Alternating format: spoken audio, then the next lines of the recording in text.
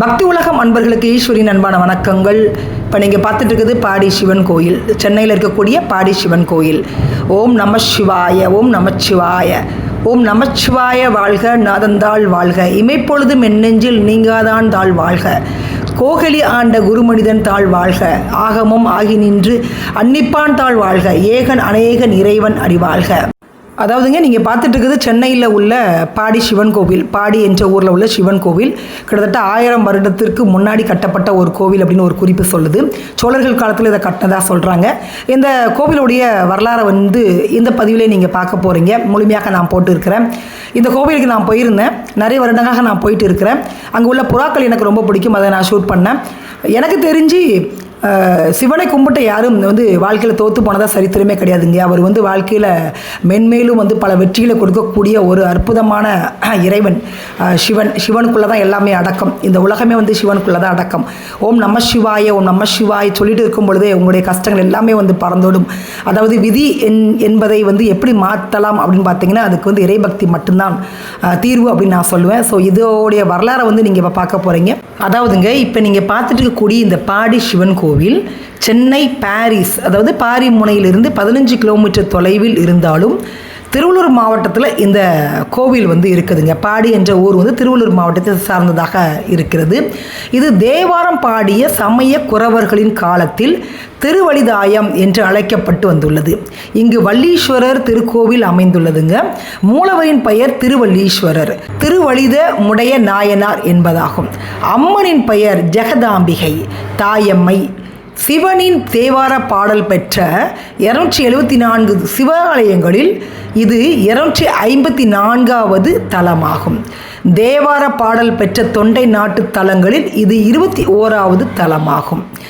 பரத்துவாஜ முனிவர் கருங்குருவியாக இத்தலத்தில் இறைவனை வழிபட்டதால் இத்தலம் திருவழிதாயம் என்றும் இறைவன் வழிதாய நாதர் என்றும் அழைக்கப்படுகிறார்.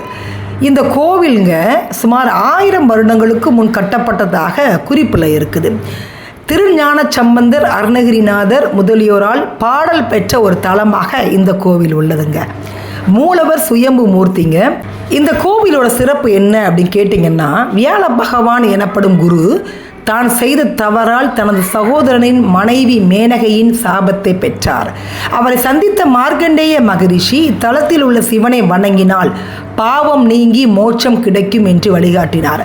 அதன்படி இங்கு வந்த வியாழ பகவான் இத்தல புனித தீர்த்தத்தில் நீராடி சுவாமியை வணங்கி அருள் பெற்றார். இதனால் இது குரு தலம் என்ற சிறப்பையும் பெற்றிருக்கிறது.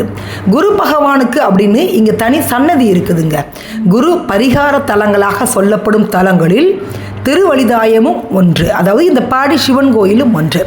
இத்தலத்தில் முருகப்பெருமான் 4 கரங்களுடன் வள்ளி தெய்வானை சமேதரராக எழுந்தருளியுள்ளார்.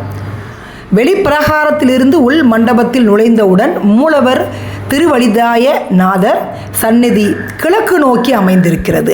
உள் பிரகாரத்தின் வலதுபுறம் தெற்கு நோக்கியபடி அம்பாள் சன்னதி இருக்கிறது. அம்பாளின் திருநாமம் தாயம்மை என்பதாகும். அம்பாள் சன்னதிக்கு நேர் எதிரே தெற்கு வெளிப்பிரகாரத்தில் சிம்ம வாகனம் அம்பாளை நோக்கியவாறு உள்ளதுங்க. அதாவதுங்க, ஒரு நாட்டை சார்ந்த மன்னன் மற்றொரு நாட்டு மன்னரோடு போர் தொடுத்து செல்லும் போது தமது படைகள் தங்குவதற்கென்று ஒரு இடத்தை ஏற்பாடு செய்து அங்கு தங்கி இருப்பது வழக்கம்ங்க. இந்த மாதிரி இடங்களை பாடி வீடு என்று குறிப்பிடுவார்கள் அந்த காலகட்டத்தில். மேற்கூறியவற்றுள் இந்த பாடி என்ற ஊரின் பெயர் போர்க்கால பாடி வீட்டின் அடிப்படையில் அமைந்திருக்கலாம் அப்படின்னு சொல்லப்படுதுங்க.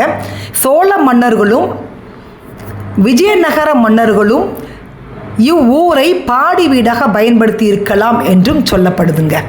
இந்த தீர்த்தத்தில் நீராடி சுவாமியை வணங்கிட தோஷங்கள் நீங்குங்க. இத்தல குரு பகவானை வணங்கினால் பாவங்கள் விலகும் என்பது நம்பிக்கைங்க. பிரம்மபுத்திரிகளான கமலி, வள்ளி ஆகிய இருவரையும் விநாயகர் இத்தலத்தில் தான் திருமணம் செய்து கொண்டார் என்ற வரலாறு கூட இருக்குதுங்க. இதற்கு சான்றாக இங்கு கமலை வள்ளிகளுடன் இருக்கும்படியான விநாயகரின் உற்சவர் சிலை இருக்குதுங்க.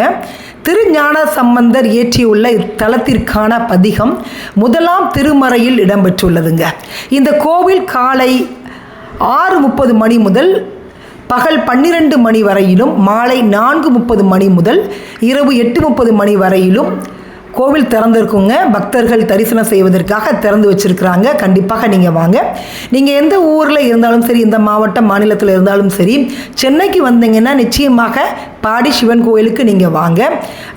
எப்படி வரணும் அப்படின்னு பார்த்தீங்கன்னா, பாடி என்ற டிக்கெட் எடுத்தீங்க அப்படின்னா டிவிஎஸ் கரெக்டாக அந்த டிவிஎஸ் ஸ்டாப்பிங்கில் தான் இறக்குவாங்க. பக்கத்தில் படவேட்டம்மன் கோவில் இருக்கும். டிவிஎஸ் கம்பெனிலேருந்து நேர் எதிராக வந்து இந்த பாடி சிவன் கோயில் இருக்குது. இப்போ சரவணா ஸ்டோர் இருக்கு இல்லையா, சரவணா ஸ்டோர்லேருந்து பேக் சைடில் இந்த கோவில் இருக்குதுங்க. நிச்சயமாக வந்து இந்த கோவிலுக்கு நீங்கள் வாங்க. அதாவது வந்து குரு தலங்களில் குரு பயிற்சி நடக்குதுன்னா கண்டிப்பாக இந்த கோவிலில் மிக விசேஷமாக அது இருக்கும். குரு பகவானுக்குன்னு ஒரு தனி சன்னதி இருக்குது. ஏகப்பட்ட சிறப்புகள் வாய்ந்த ஒரு தலமாக இந்த பாடி சிவன் கோயில் உள்ளதுங்க. இந்த சிவனை தரிசித்தவர்கள் நான் பார்த்த வரைக்கும் வாழ்க்கையில் தோற்றதாக சரித்திரமே இல்லை. நீங்கள் நம்பிக்கையோட இந்த சிவபெருமானை வந்து நீங்கள் தரிசனம் பண்ணிட்டு போனீங்க அப்படின்னா உங்களோட வாழ்க்கை நிச்சயமாக மாறும். அதில் வந்து எந்த ஒரு மாற்று கருத்தும் உங்களுக்கு வேண்டாம். ஓம் நம சிவாய, ஓம் நம சிவாய.